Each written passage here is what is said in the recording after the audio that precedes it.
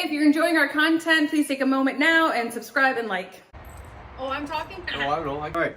So, how you doing? How to put your spacers in your front wheel. So like, say you get your bike delivered in a crate, most of them need the front tire on it. And people have been putting the front tire on and wondering why it's all locked up and won't roll.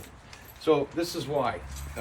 You got your wheel spacers, set them on your bench. If they're both the same size, ignore this video and carry on. But one's larger than the other, and you don't know which side it is, put them in. And then look right at the top of the tire. If you can get up here and see that.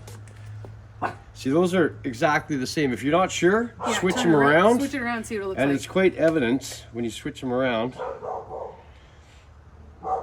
that this one's sticking out a whole lot further. So now you know they got to stick out the same on both sides. Right, same from the bearing or the seal. See, look at that.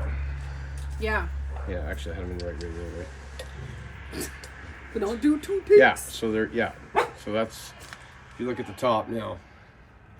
So anyway. Right, so they come out the same distance from the bearing, right? From the seal. That's what you're talking about? No, just you have to look at the top of the tire. Oh, okay. See, that's why I'm here to like help. So from the top of the so tire. we'll do it again. So that's right. If you switch them the other way. Bird's eye view. So you see that one sticks out a whole lot further than this one. From the tire. From the tire itself. Alrighty. So you want them both sticking out the same distance from the tire, and your wheel will roll. Thank you for watching.